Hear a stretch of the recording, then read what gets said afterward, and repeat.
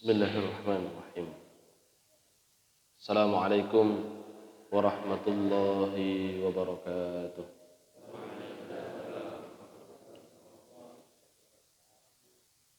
Alhamdulillahi rabbil alamin. Nahmaduhu wa nasta'inuhu ala umurid dunya waddin. Asyhadu an la ilaha illallah rabbul alamin wa asyhadu anna Muhammadan abduhu wa rasuluhun nabiyyul amin. Allahumma salli wa sallim wa barik ala khatibin nabiyyin wal mursalin Muhammad ibn Abdullah wa ala alihi wa sahbihi wa man tabi'ahum bi ihsanin ila yaumiddin, amma ba'd. Wa ya ibadallah, alaikum bitaqwallah fa innahu ra'su kulli amalin. Bapak Ibu jamaah hadirin yang dirahmati oleh Allah Subhanahu wa taala. Puji syukur kepada Allah patut kita hadirkan dan senantiasa kita tingkatkan atas kualitas keimanan dan juga kualitas kehidupan ekonomi yang telah Allah berikan, Allah limpahkan atas kita. Karena Bapak Ibu yang dirahmati oleh Allah Subhanahu wa taala, tidaklah kita bisa mencapai hal ini, tidaklah kita bisa sampai sekarang ini dalam apapun, perkara ekonomikah, mungkin keluarga, mungkin ibadah, bisa hadir meluangkan waktu untuk hadir di majelis ilmu ini tidak lain merupakan satu kenikmatan yang besar. Kalau kita mau sejenak untuk merenung, kira-kira pinten regane, Pak? Pinten Pak regane? Mahal no mboten? Mahal. Apalagi kita mau, lihat ada yang jauh-jauh datang ke sini untuk menghadiri majelis ilmu. Bapak Ibu yang dirahmati Allah, hadis yang sering kali kita dengar, man salaka tariqan yaltamisu fihi ilman sahalallahu lahu bihi tariqan ilal jannah. Meniti jalan, siapa yang meniti jalan untuk mencari ilmu, Allah permudah jalan menuju surga. Langkah tok mawon Pak nggih, langkahnya saja itu bisa dijadikan oleh Allah Subhanahu wa taala untuk nyicil surga, Pak. Langkahnya saja.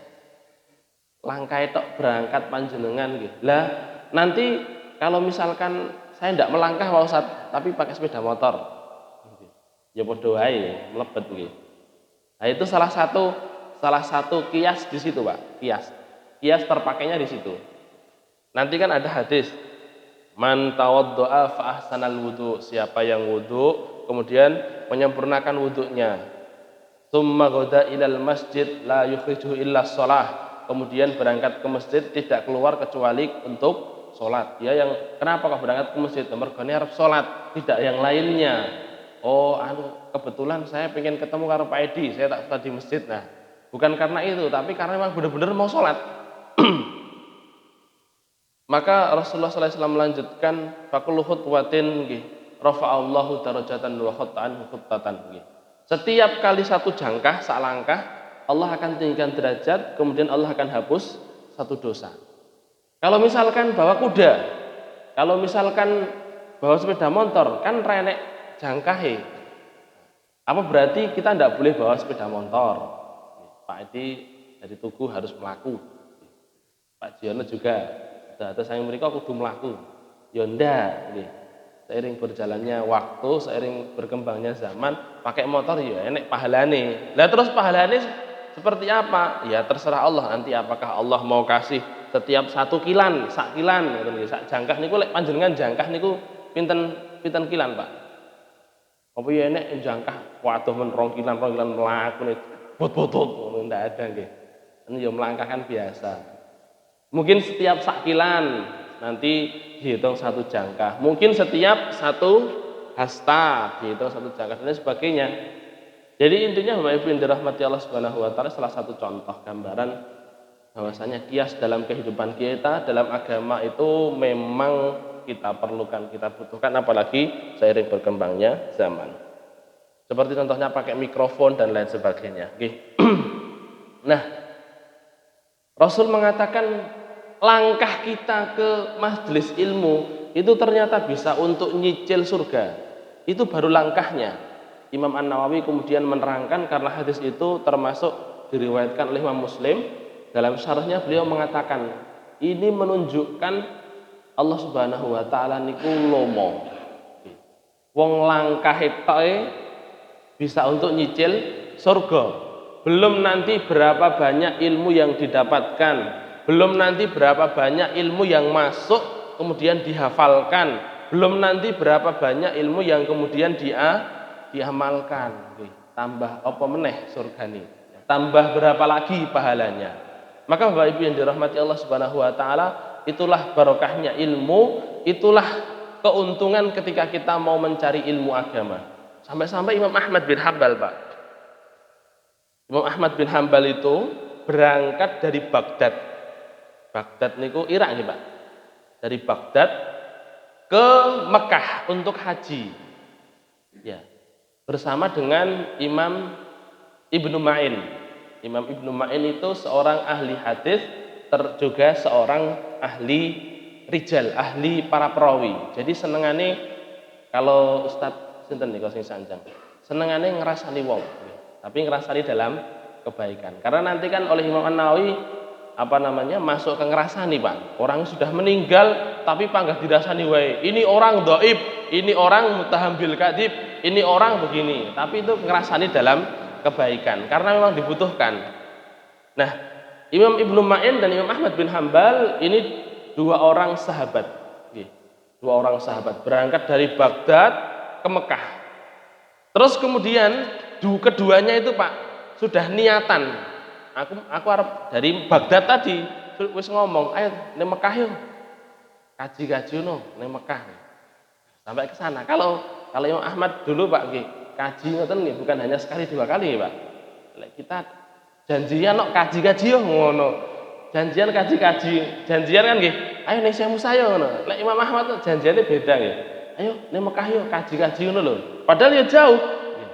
Kaya janjian arting di wae, ngejak kaji kok dari janjian. Kaji-kaji yo.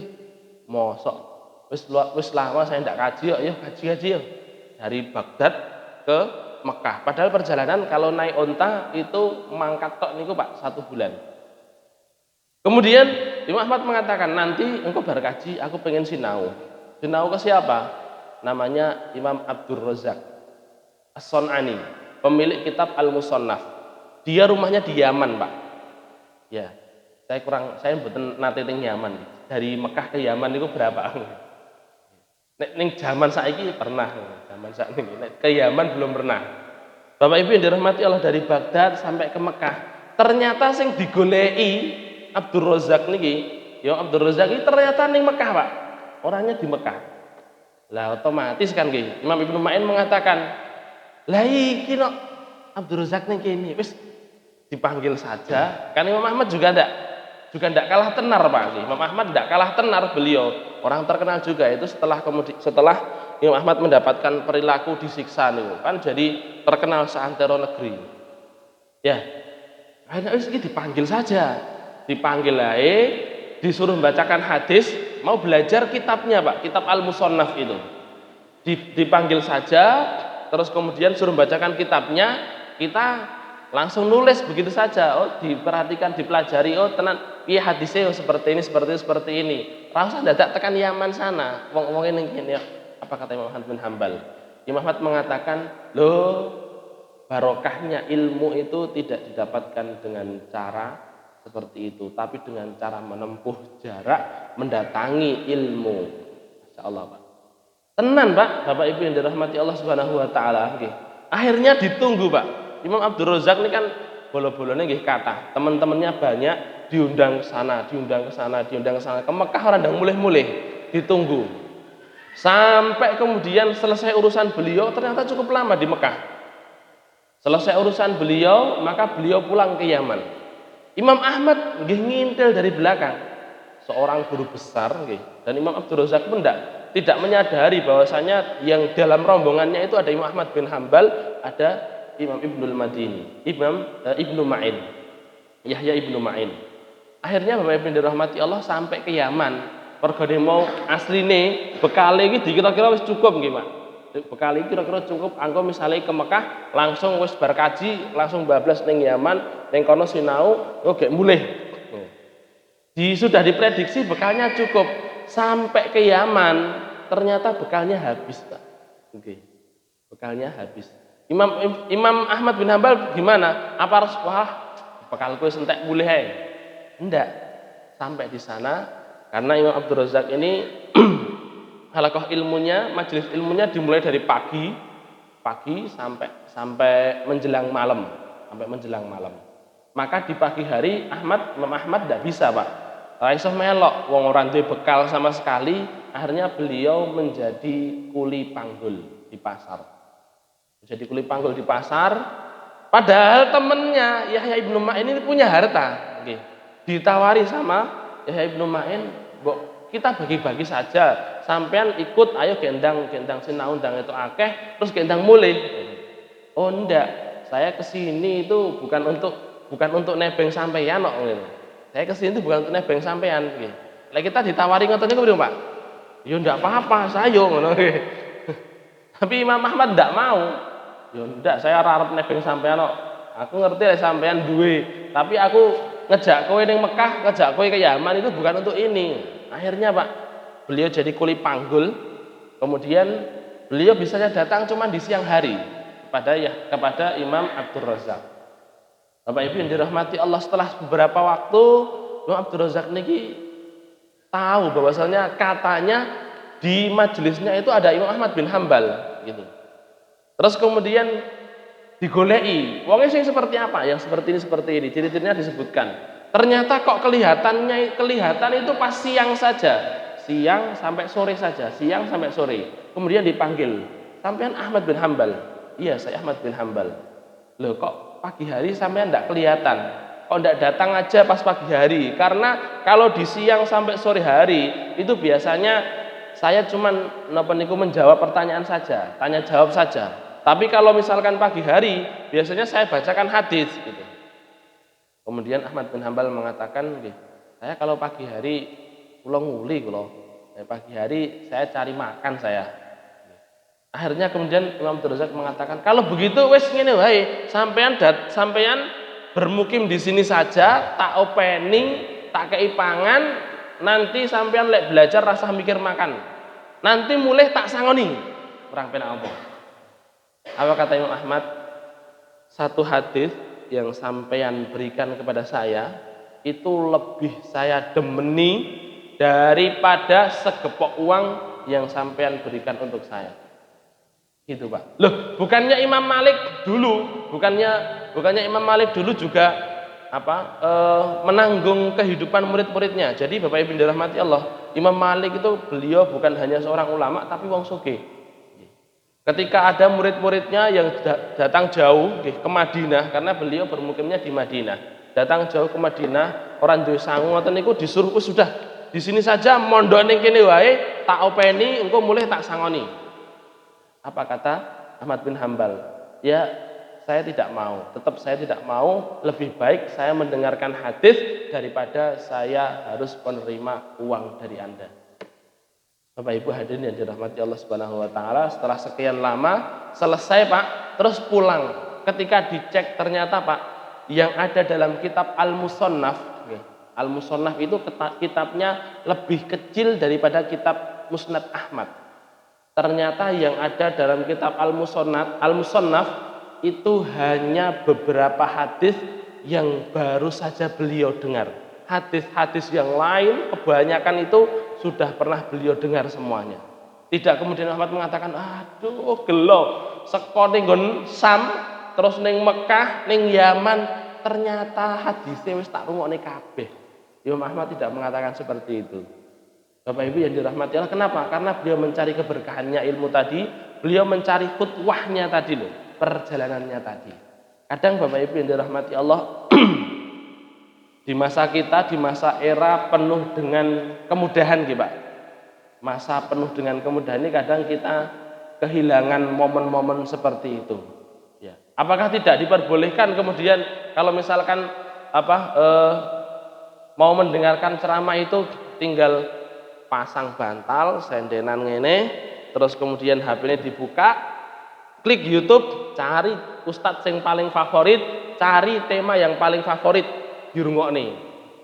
Engko lek misale ngantuk ya ngeten. Bablas. Apakah tidak boleh? Ya boleh, ya.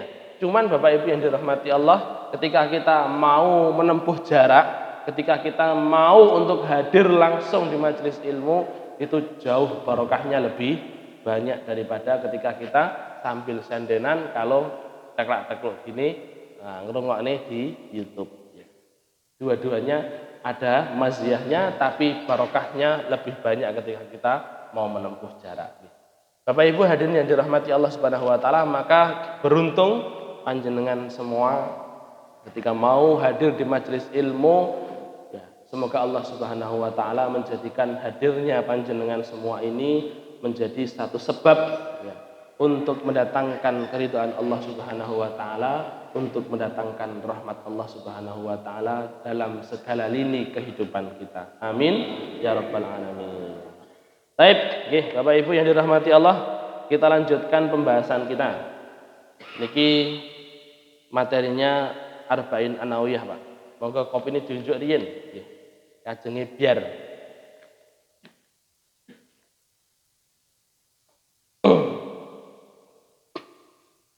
Kita sudah sampai ke hadis yang ke-5, 6, Pak. Nggih, 6 nggih. Waman waqafi syubhati itu, tapi belum selesai. Di sini pun kula tekuk niki. Wis ditekuk sampai ke waman waqa'a fis syubhati waqa'a fil harami. Barang siapa yang dia itu terjatuh, ya, melakukan syubhat, biasa terjatuh tapi biasa.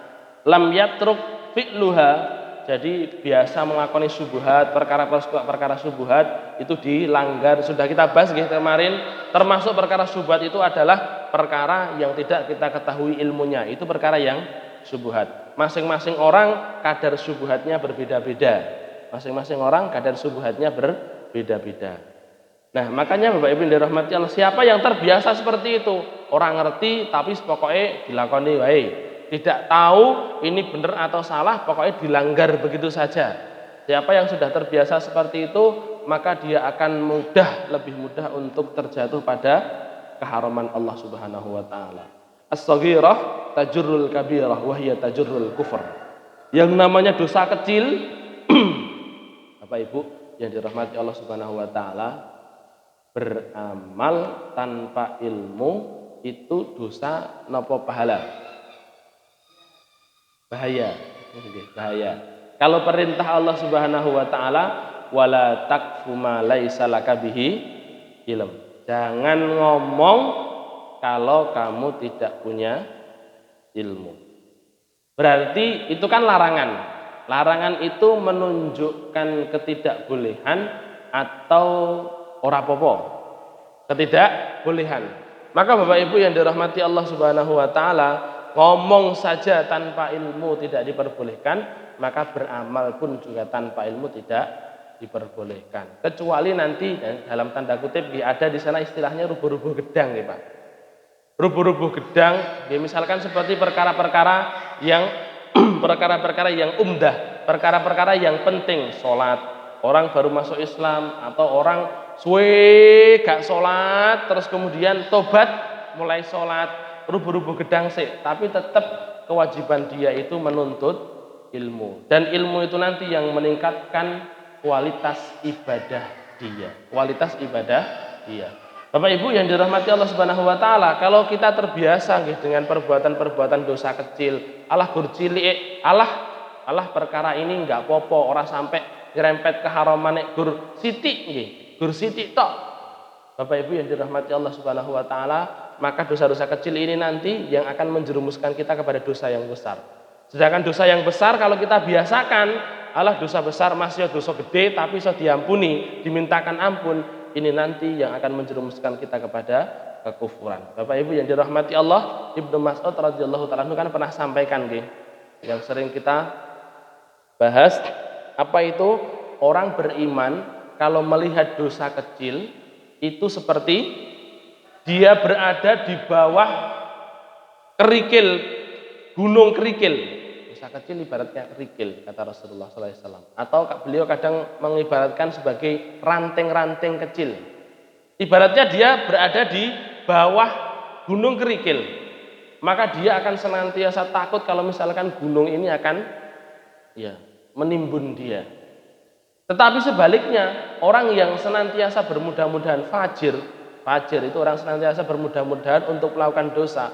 Dia itu melihat dosa kecil seperti lalat yang hinggap di hidung. Dikibaskan begitu saja, maka lalat itu akan hilang. Bapak Ibu hadirin yang dirahmati Allah Subhanahu wa taala, hijrah itu kita perlu. Bertaubat itu kita perlu. Kenapa? Karena Ibnu Umar pernah sampaikan, seseorang yang dia itu terbiasa melakukan dosa, maka ada dua kemungkinan yang akan dia dapatkan. Dari mana beliau mendapatkan ini? Mungkin dari baginda Rasulullah SAW, kemungkinan yang pertama, kemungkinan yang kedua adalah dari pelajaran kehidupan yang beliau jalani. Akan ada dua yang Allah timpakan. Yang pertama, Allah akan buka tabirnya. Allah akan buka tabirnya. Sing biasane nggih, ketoke masyaallah baik. Ya, baik di mata manusia, tetapi ternyata tidak baik ketika kemudian menyendiri. Makanya yang terbaik Bapak Ibu yang dirahmati Allah itu at-taqi al-khafi, seorang yang bertakwa tetapi tersembunyi. 10 sahabat yang dijamin masuk surga, Pak. Ada satu sing gak terkenal belas. 10 sahabat dijamin masuk surga, enten setunggal sing ora terkenal belas. Sinten, Pak? Sahabat yang masuk surga ada Abu Bakar, empat khulafaur rasyidin, Abu Bakar, Umar, Utsman, Ali.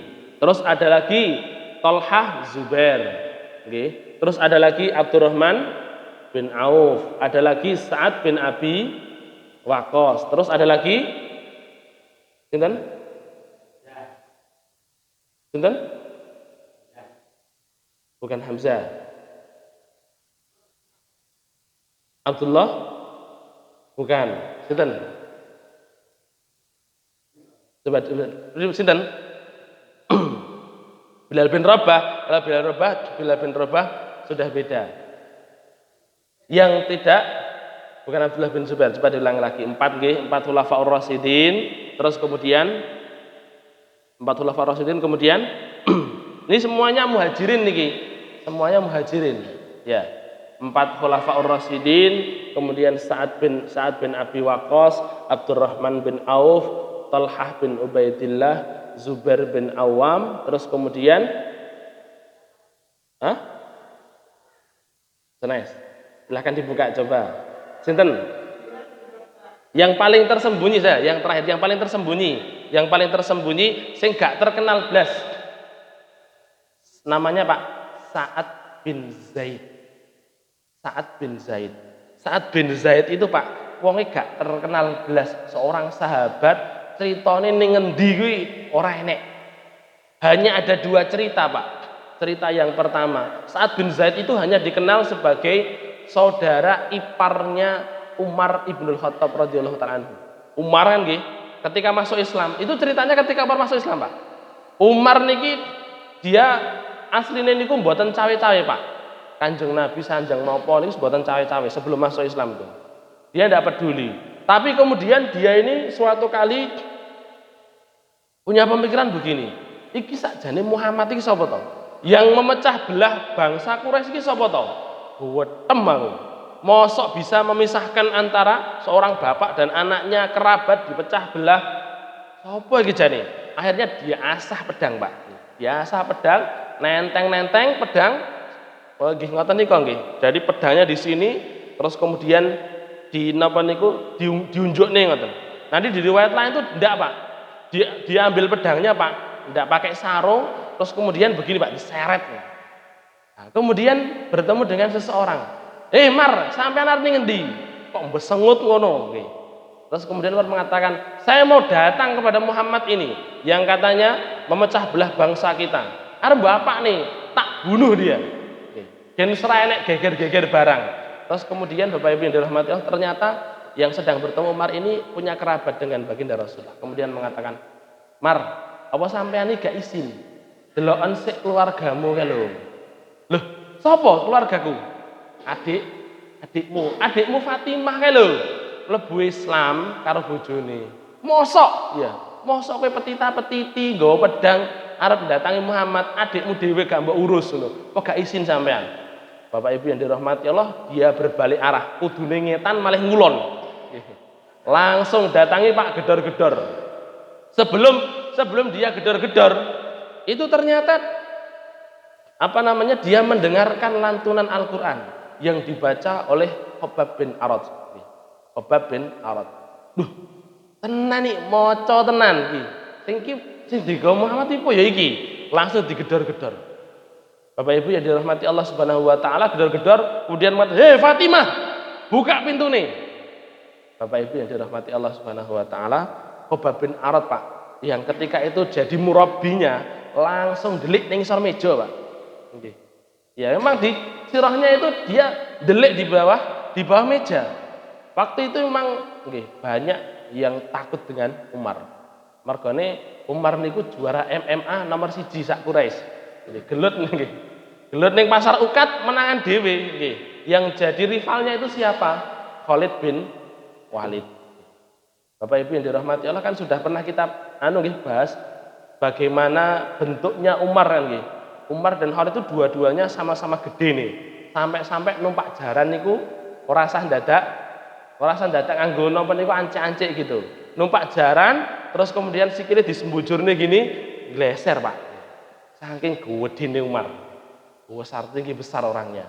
Nah, digedor-gedor begitu Khabbab bin Arad langsung delik, kemudian Fatimah binti Khattab ini langsung menyembunyikan shahifah waktu itu surat Toha yang dibacakan oleh Musyang Murabbi ini, si Khabbab bin Arad.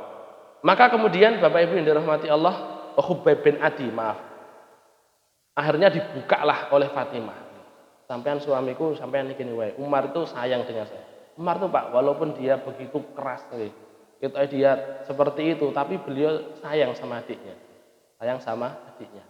Nah, Bapak Ibu yang dirahmati Allah, ketika dibuka pintunya, langsung Pak Fatimah niku dituamplek, Pak.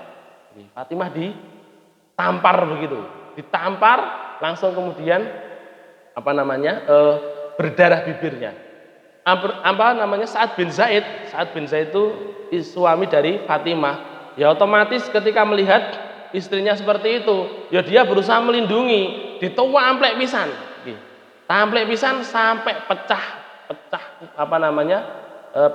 giginya, ya rontok giginya, terus kemudian sini niku sampai abo, Pak. Ditamplek ngono tok, loro ternyata. Nah, itu kisah pertama itu di situ itu. Sa'ad bin Zaid itu kisah pertama di situ. Kisah yang kedua itu tentang mustajabnya doa Sa'ad bin Zaid. Ada seorang wanita, Pak, dia datang kepada Rasulullah memfitnah. "Ya Rasul, ini loh si Sa'ad bin Zaid, dia telah mendolimi tanah saya. Tanahku patokane digeser sama Sa'ad bin Zaid." Maka kemudian Sa'ad bin Zaid berdoa saat itu juga, Pak. Loro-loro nggih difitnah seperti itu di hadapan Rasul. Sa'ad bin Zaid hanya diam saja, kemudian dia berdoa, "Ya Allah, kalau misalkan hambamu ini, budak perempuanmu ini berdusta, maka tolong matikan dia mengenaskan di atas tanahnya." Banter, Pak, lendongo. Sampai wanita ini pulang, Pak. Didoakan seperti itu, dia tidak jadi mengajukan perkara. Diomong seperti saja, besok lagi ya Rasul, besok lagi. Dia pulang, Pak. Ketika pulang, dia baru melewati tanahnya, tiba-tiba dia buta, Pak. Itu hadisnya hadis yang sahih. Kemudian dia teriak-teriak, "Doa saat telah membuat saya binasa. Akhirnya di situ ada sumur, maka dia nyemplung ke sumur itu, Pak. Mati dalam keadaan mengenaskan. Tanahnya dijadikan kuburan untuk dirinya sendiri. Sa'ad bin Zaid, Pak, cuman 2 kisah itu saja, Pak. Tapi ternyata Rasulullah SAW mengatakan Sa'ad masuk surga. Bapak Ibu yang dirahmati Allah Subhanahu wa taala, itu salah satu contoh hamba-hamba Allah, kekasih-kekasih Allah yang tersembunyi. At-taqi al-khafi. Itu jauh lebih baik daripada orang-orang yang bertakwa tapi hanya dikala banyak orang saja. Nah, Bapak Ibu yang dirahmati Allah Subhanahu wa taala, kita kembali lagi intinya dosa kecil, dosa besar itu harus dimintakan ampun. Kalau seseorang dia terbiasa melakukan dosa, ada dua kemungkinan. Yang pertama, dibuka tabirnya oleh Allah Subhanahu wa taala hingga dia malu, tetapi ketika dibuka tabirnya berarti Allah Subhanahu wa taala masih menginginkan kebaikan untuk dia karena dia masih diberikan pintu taubat. Isine kaya ngopo? Isine seperti apapun, malunya seperti apapun, ketika dia bertaubat kemudian memperbaiki kesalahannya, Allah akan berikan kemuliaan kepada dia. Tetapi kemungkinan yang kedua ini yang paling berbahaya. Apa itu? Dia akan dimatikan oleh Allah Subhanahu wa taala dalam dosa yang menjadi kebiasaannya. Seseorang pasti akan, kan Rasulullah sudah pun sanjang ya Pak, setiap orang akan dimatikan berdasarkan dengan apa yang telah menjadi kebiasaannya. Kalau sudah seperti ini, maka sungguh rugi orang-orang ini. Maka Bapak Ibu yang dirahmati Allah, dosa itu perlu untuk kita mintakan taubat, untuk kita mintakan ampun, karena ketika dosa itu terbiasa dilakukan, maka ada dua kemungkinan tadi, dan yang paling parah naudzubillah min syarri dzalik, orang akan dimatikan oleh Allah Subhanahu wa taala dengan dosa yang biasa dia perbuat. Maka Bapak Ibu dirahmati Allah, kalau ada orang dia kok mati dalam keadaan berzina, mati dalam keadaan minum minuman keras, masih yo ngaku nih temene masih yo ngaku nih iki koncoku tak jak mendem-mendeman lagi pisan. Alah ora mungkin. Niku mesti wis mendem-mendem bolak-balik ngoplos wae. Akhirnya mati dalam keadaan ngoplos niku wae. Mriki nggih ngoplos ya, Pak. Ngoplos niku orang-orang bekonang lek Solo. Cium bekonang. Baik. Kemudian Bapak Ibu yang dirahmati Allah Subhanahu wa taala, Rasulullah SAW melanjutkan, karra'i yar'a haulal hima. Orang yang dia itu deket-deket senantiasa melakukan subuhat, terbiasa melakukan subuhat, maka dia pasti akan jatuh pada keharaman sebagaimana orang yang menggembalakan di sekitar tanah larangan. Yusiku ayyarta'a fihi. Ala wa inna likulli malikin hima, ala wa inna himallahi maharimuhu. Orang menggembalakan kambing dempet-dempet. Hima itu apa? Hima itu tanah larangan raja, Pak. Tanah larangan raja. Jadi raja itu karena dia raja, maka dia itu dulu mboten enten sertifikat nggih. Durung enek sertifikat. Itu tanah larangan. Ini tidak boleh digunakan untuk apapun. Mboten angsal, Pak. Biasanya hima itu dulu itu tanahnya itu untuk berburu raja. Jadi misalkan hutan ini digunakan untuk berburu raja, maka rakyat tidak boleh masuk ke situ sama sekali. Atau yang kedua memang benar-benar iki tanah pengen dikuasai, dinggo seneng-seneng oleh sang raja. Maka tanah itu tidak boleh dimasuki oleh rakyat-rakyatnya. Hima itu dalam Islam diperbolehkan enggak? Tidak diperbolehkan. Jadi hima dalam Islam itu tidak diperbolehkan. Rojo enten rojo muslim terus kemudian saya punya tanah larangan di sana, naik gunung mriki napa? Gunung Wilis nggih. Celak mriki. Gunung Wilis dan sekitarnya sak pereng-perenge saka bendungan terus kemudian pundi mulai, Pak? Gunung Wilis niku dugi pundi? Ponorogo. Ya. Sampai jauh ya, Pak.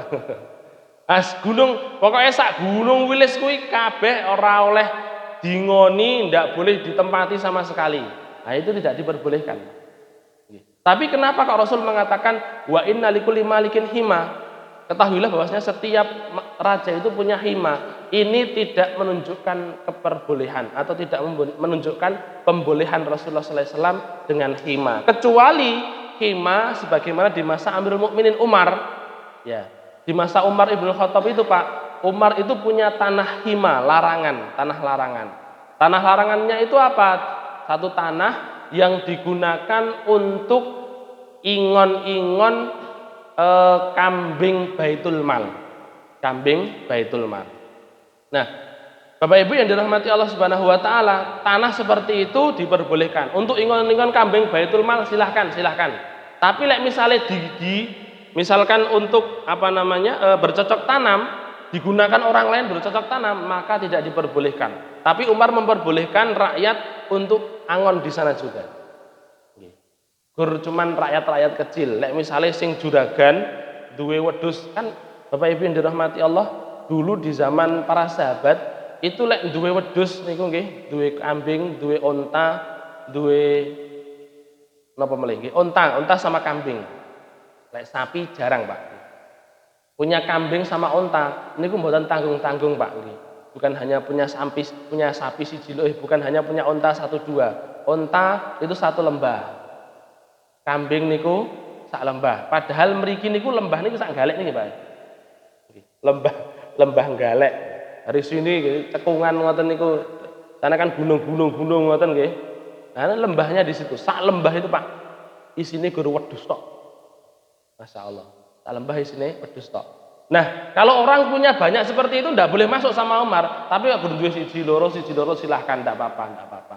Nah, kalau seperti itu diperbolehkan. Tapi kalau hima, tanah larangan itu untuk diri sendiri, maka tidak diperbolehkan. Walaupun dia menjadi seorang raja, seorang sultan, seorang amir mukminin, ataupun bahkan mungkin di masa kita seorang presiden misalkan. Tapi misalnya dalam undang-undang ada, ya berarti itu sesuai dengan undang-undang, tetapi tidak sesuai dengan syariat Islam. Bapak Ibu yang dirahmati Allah Subhanahu wa taala, ini persis sebagaimana sabda Rasulullah sallallahu alaihi wasallam. Rasul itu pernah mengatakan seperti ini, Pak. Tabi'una sunnana man qablakum. Kalian akan mengikuti sunnah-sunnah, langkah-langkah umat sebelum kalian, Yahudi dan Nasara. Sejengkal demi sejengkal, sejangkah demi sejangkah. Sampai kalau ada dari mereka yang masuk ke lubang biawak, pasti kalian akan ada dari kalian yang masuk ke lubang biawak juga. Di riwayat lain nanti, kalau ada dari mereka yang menzinai ibunya, maka ada dari kalian yang akan menzinai ibunya. Bapak Ibu yang dirahmati Allah, itu bukan pembenaran dari Rasulullah. Oh, berarti kita boleh mengikuti sunnah-sunnahnya orang-orang Yahudi. Enggak. Tapi itu peringatan dari Rasulullah Shallallahu Alaihi Wasallam. Peringatan bahwasanya nanti kalian tuh pasti akan mengikuti pola hidup kalian itu seiring berkembangnya zaman, itu akan sama dengan pola hidup orang-orang Nasrani dan Yahudi. Maka berhati-hatilah. Baik. Kemudian Bapak Ibu hadirin yang dirahmati Allah Subhanahu wa taala, Rasul melanjutkan, "Ala wa inna fil jasadi mudghatan." Ketahuilah, sesungguhnya di dalam diri ini ada segumpal darah. Satu gumpal darah. Idza saluhat saluhal jasadu kullu. Kalau baik segumpal darah itu, maka seluruh anggota tubuh akan baik. Lek kelakuannya api, ya, kok hatinya itu bersih, maka seluruhnya akan berkelakuan baik.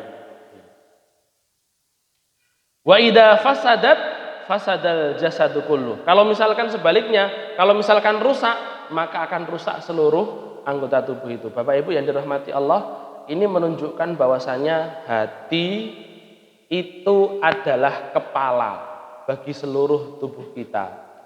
Hati itu adalah kepala bagi seluruh tubuh kita. Kok bisa hati sebagai kepala? Karena sebagai barometernya ada di hati kita. Kalau hati ini sudah tercemar, maka seluruh anggota tubuh kita pun juga akan tercemar. Bapak Ibu hadirin yang dirahmati Allah Subhanahu wa taala, makanya kita butuh yang namanya tazkiyatun nafsi. Tazkiyatun nafsi didapatkan dengan cara apa? Dengan cara mengingat kematian. Mengingat kematian seperti ya kemarin ada saudara kita yang tertimpa musibah, Pak Asrofi, ditinggal wafat oleh ibunya. Ada Pak Anwar Zaini ditinggal wafat oleh ibunya. Semoga Allah Subhanahu wa taala memberikan kedudukan yang indah di sisinya, dan dijadikan kuburannya sebagai salah satu taman dari taman-taman surga. Amin ya rabbal alamin. Nah, Bapak Ibu yang dirahmati Allah Subhanahu wa taala, kalau kita sedang melihat seperti itu, ikut takziah nggih. Takziah itu bukan hanya untuk yang kita kunjungi, tapi untuk diri kita. Ketika kita merasa, alhamdulillah, misalkan diceritani nggih Pak, diceritani mungkin alhamdulillah ibu saya meninggal dalam keadaan seperti ini, bisa mengucapkan syahadat atau bisa mengucapkan tahlil dan lain sebagainya. Maka Bapak Ibu yang dirahmati Allah, kita kembalikan kepada diri kita. Sudah ini saudara kita sudah lulus dalam ujiannya, sudah lulus dalam kehidupannya. Lah kita besok nanti bisa ndak ya menutup usia kita dengan cara yang seperti itu juga. Makanya Rasulullah SAW mengatakan, sesungguhnya pengingat terbaik, pemberi nasihat terbaik itu adalah kematian. Hati Bapak Ibu yang dirahmati Allah Subhanahu wa taala itu perlu dibersihkan. Mengingat kematian dengan memintakan ampun kepada Allah Subhanahu wa taala, hadir di majelis ilmu. Hadir di majelis ilmu Bapak Ibu yang dirahmati Allah bukan hanya untuk napa niku? Napa? Untuk berbangga-bangga. Kalau Rasulullah SAW mengatakan begini Pak, yang saya bawa itu ibarat hujan. Hujan itu membasahi yang kering, menghidupkan yang mati. Hati kita kering, kita perlu Pak datang ke majelis ilmu. Kok merasa bahwasanya semangat kita mati, kita perlu hadir di majelis ilmu. Tetapi hati-hati kalian itu ibarat tanah. Ada tanah yang tandus, tidak menumbuhkan. Ada tanah yang hanya bisa menyimpan air saja. Ada tanah yang bisa menyimpan air dan menumbuhkan. Maka hati-hati, orang yang hadir di majelis ilmu itu berbeda-beda. Maka orang yang hadir di majelis ilmu pun juga butuh untuk tazkiyatun nafs. Tidak penting Bapak Ibu yang dirahmati Allah Subhanahu wa taala untuk napa niku? Sok-sokan nggih, saya yang paling sunnah, saya yang paling mirip dengan Rasulullah SAW. Bapak Ibu yang dirahmati Allah nggih. Yang namanya sunnah itu kan bukan hanya tata cara sholat Nabi kan nggih Pak. Kenapa nggih? Ya. Yang namanya sunnah itu kan bukan hanya fikihnya Rasulullah kan nggih. Kenapa nggih? Tapi juga bagaimana karakter beliau, akhlak beliau, itu sunnah napa mboten? Sunnah. Bapak Ibu yang dirahmati Allah, kalau kita sudah sok-sokan mengatakan saya paling sunnah, sudahkah kita menjadi orang yang jujur? Padahal Rasulullah SAW beliau jujur. Rasul tidak pernah dusta. Sudahkah kita menjadi seorang yang amanah di usia kita sekarang ini? Rasulullah itu uswah. Uswah itu pemberi contoh. Sudahkah kita memberikan contoh atau lebih banyak kita untuk menuntut? Ya. Maka Bapak Ibu hadirin yang dirahmati Allah Subhanahu wa taala, itulah sunnah yang dibawa oleh baginda Rasulullah Sallallahu Alaihi Wasallam. Hadir kita di majelis ilmu untuk membersihkan hati kita, hadir kita di majelis ilmu untuk menambahkan ilmu kita, bukan untuk sok-sokan merasa lebih baik daripada orang yang belum bisa hadir. Bapak Ibu hadirin yang dirahmati Allah Subhanahu wa taala, kembali lagi bahwasanya di dalam diri kita itu ada satu hati, ada segumpal darah, yang segumpal darah itu menjadi barometer untuk tubuh kita. Kalau misalkan segumpal darah itu baik, maka seluruh perbuatan kita insya Allah akan baik pula. Tetapi kalau misalkan segumpal darah itu buruk, maka akan buruk pula. Apa kaitannya kebaikan hati, keburukan hati dengan makanan? Kenapa kalau Rasul membahasnya subuhat terus kemudian dikaitkan dengan hati? Karena Bapak Ibu yang dirahmati Allah Subhanahu wa taala, yang haram itu akan merusak hati kita. Yang haram akan merusak hati kita. Bukan hanya hati kita, tapi juga semangat kita dalam beribadah, ibadah kita, amal soleh kita, dan anak turun kita.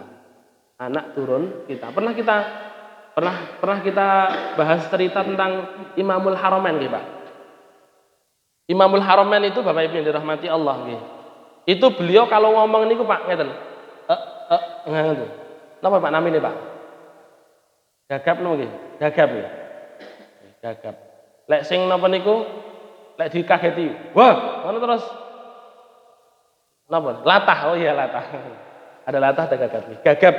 Imamul Haramain itu maaf, beliau gagap. Imamul Haramain itu siapa? Panjenengan kalau pernah belajar fikih Syafi'iyah, pasti panjenengan dengar di sana tentang Imamul Haramain.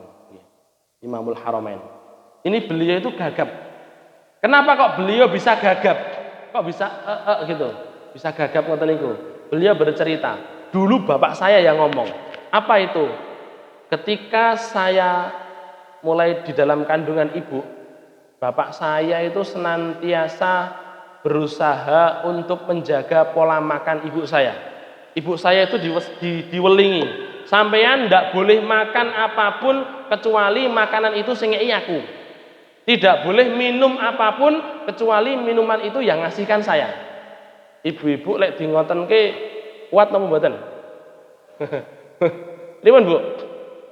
Mboten kuat nggih. Oh, mosok kudu saka sampean. Mosok kok dikei tangga gak oleh.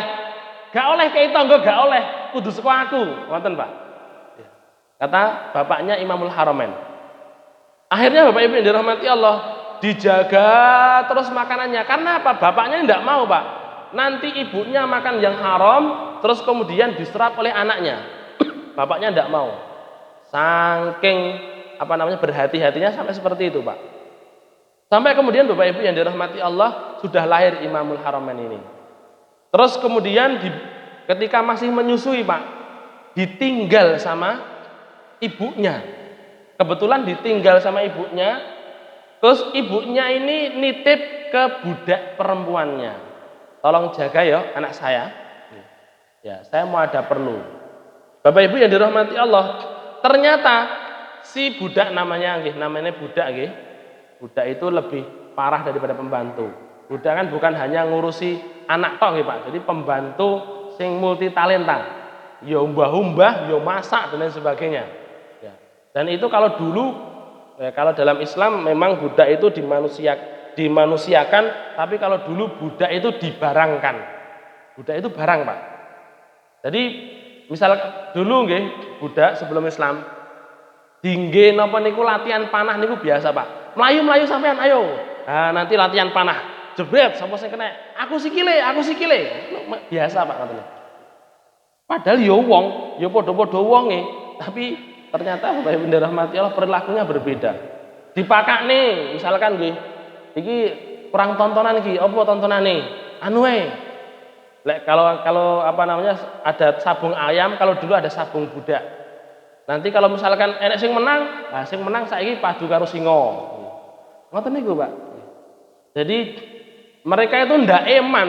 Ini bukan karena tidak melihatnya sebagai orang, melihatnya sebagai barang. Nah, emannya itu lek budake mahal terus dipateni begitu saja, mereka eman, Pak. Masyaallah. Nah, ketika Islam datang maka Islam mulai memanusiawikan budak. Bapak Ibu yang dirahmati Allah nggih. Nah, ini budaknya budak dari bapaknya Imam Haramain disuruh jaga Imamul Haramain waktu kecil. Ternyata nangis, Pak. Ya, nangis.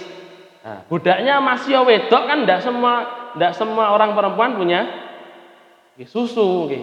Bingung dia, Pak. Nangis bingung. Ternyata ya budak dari bapaknya Imam Haramain ini, Pak, itu ternyata dekat dengan budak-budak tetangga. Nah, budak tetangga itu Bapak Ibu yang dirahmati Allah, ada yang punya susu, dia punya anak kecil ngoten. Akhirnya budak tetangga ini dipanggil, terus kemudian disusui si Imamul Haramain. Bapak Ibu hadirin yang dirahmati Allah Subhanahu wa taala, ketika bapaknya pulang melihat anaknya itu sedang disusui oleh budak tetangganya, Pak, maka dia marah-marah, kemudian dia masukkan jarinya di mulut anaknya, Pak, supaya keluar air susunya.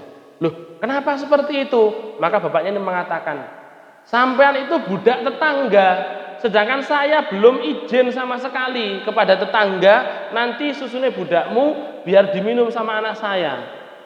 Ya. Ini barang yang tidak boleh dimasukkan tapi tidak bisa keluar, Pak. Bapak Ibu yang dirahmati Allah, kemudian bapaknya ini mengatakan kepada Imam Haramain, sampean bisa gagap itu saya menyangka karena dulu sudah tertelan air susu dari budak tetangga kita yang belum dihalalkan oleh Allah Subhanahu wa taala.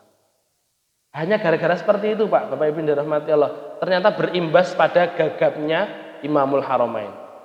Nah, maka Bapak Ibu hadirin yang dirahmati Allah Subhanahu wa taala, kita perlu berhati-hati dengan perkara makanan, minuman yang diharamkan Allah Subhanahu wa taala. Abu Bakar As-Siddiq kan hampir sama ya Pak ceritanya. Abu Bakar As-Siddiq, beliau punya seorang budak. Nah, biasanya Pak budak ini itu kasih susu ke Abu Bakar, susu onta, susu kambing, ngoten. Bapak Ibu yang dirahmati Allah, karena tahu yang diperas itu biasanya susu ontane sendiri, terus susu kambing-kambingnya sendiri. Maka Abu Bakar setiap kali datang ke rumah disuguhi susu diminum. Beberapa kali tanya, Pak, ini susu dari mana?